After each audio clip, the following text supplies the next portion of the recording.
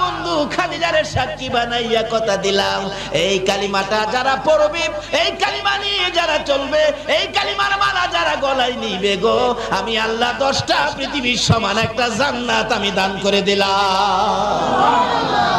যেই নবী রক্ত দিয়ে কালিমা দিয়ে 10টা পৃথিবীর সমান একটা জান্নাতের মালিক আপনাকে আমাকে বানাইলো, বলুন এই নবীর চিনা দরকার আছে কিনা? বাবারা, জান্নাতের মালিক তো হলেন নিশ্চিত আপনারা জান্নাতি।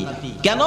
এই জান্নাতের টিকিট রোজগার করেছে মায়ের খেয়ে, রক্ত দিয়ে, না খেয়ে পেটে পাথর বেঁধে, মায়ের দেশ বাবার দেশ মক্কা ছেড়ে মদিনায় হিজরত করে এই জান্নাতের টিকিট আমাদেরকে কে দিয়ে গেলেন বলুন তো? আজকে কালিমা আছে কিন্তু নবী নাই। কি বলে?